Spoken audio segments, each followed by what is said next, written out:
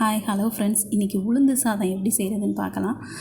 பெண்களுக்கு இந்த உளுந்து சாதம் ரொம்ப முக்கியமான ஒரு சாதம். நீங்கள் கண்டிப்பாக எடுத்துக்கணும். மாதத்தில் 4 டைமாவது எடுத்து சாப்பிட்டு பாருங்கள், செஞ்சு சாப்பிட்டு பாருங்கள், சூப்பராக இருக்கும். அதுக்கு பாத்திரத்தில் எண்ணெய், நெய், கடலைப்பருப்பு, வரமல்லி, தனியா அது எடுத்துக்கோங்க. அப்புறம் அதை எண்ணெய் காஞ்சதும் அதை போட்டு கொஞ்சம் வறுக்க விடுங்க. வறுத்துட்டு இருக்கும்போதே தேங்காய் ஒரு சில்லு எடுத்திருக்கேன்.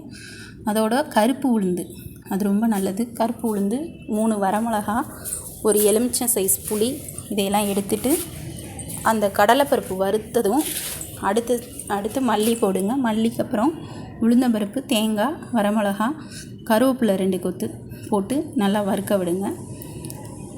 இது வறுபட்டு இருக்கும் போதே நல்லா செவந்து வறுக்கணும். உளுந்து வாசனையில் வரும், உங்களுக்கு அது வாசனையிலே தெரியும். அது நல்லா வறுத்துருச்சுன்னு அப்படின்னு தெரிஞ்சதுக்கப்புறமா நீங்கள் தேங்காய் எல்லாத்தையும் எடுத்துட்டு ஒரு ஆற வச்சு ஒரு மிக்ஸி ஜாரில் புளியை கடைசி ஸ்டேஜில் போடணும். அது வறுத்து ஆஃப் பண்ண போகிற ஸ்டேஜில் புளியை போட்டிங்கன்னா அது அந்த ஹீட்லேயே மெல்ட் ஆகிடும். கடைசியாக போட்டு அரைக்கும் போது ஒரு மாதிரி சக்கையாக அரையும். அதனால் அந்த ஹீட்லேயே போட்டிங்கன்னா நல்லா உருகிரும் அந்த புளி. இப்போ மிக்சியில் போட்டு பெருங்காயத்தூள் போட்டுக்கோங்க. அரைக்கும் போது நல்லா அரைச்சிக்கோங்க. அரைச்சி எடுத்து ஒரு பாத்திரத்தில் வச்சுக்கோங்க. அடுத்து திரும்ப ஒரு பாத்திரத்தில் எண்ணெய், நெய் விட்டுட்டு கொஞ்சம் முந்திரி பருப்பு பிடிச்சிருந்தால் போட்டுக்கோங்க, இல்லைன்னா அது தேவையில்லை. கடுகு, அப்புறம் சீரகம், ஒரு கொத்து கருவேப்பிலை போட்டு தாளிப்பு ரெடி பண்ணுங்கள். அந்த தாளிப்பு நல்லா கடுகு வெடித்ததும் சீரகமும் பொரிஞ்சதுக்கப்புறமா கருவேப்பிலையை போட்டுட்டு அது கூட நீங்கள் அரைச்சி வச்ச அந்த கலவையை போட்டு கிளறுங்க.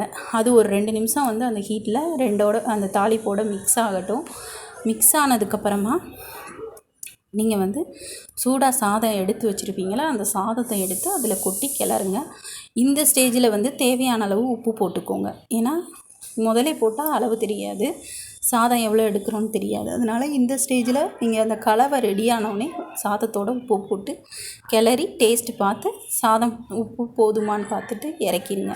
இதை பரிமாறி சாப்பிட்டு பாருங்கள், சூப்பராக இருக்கும். உங்களுக்கு பிடிச்சவங்களுக்கு செஞ்சு கொடுங்க, திரும்ப திரும்ப கேட்பாங்க.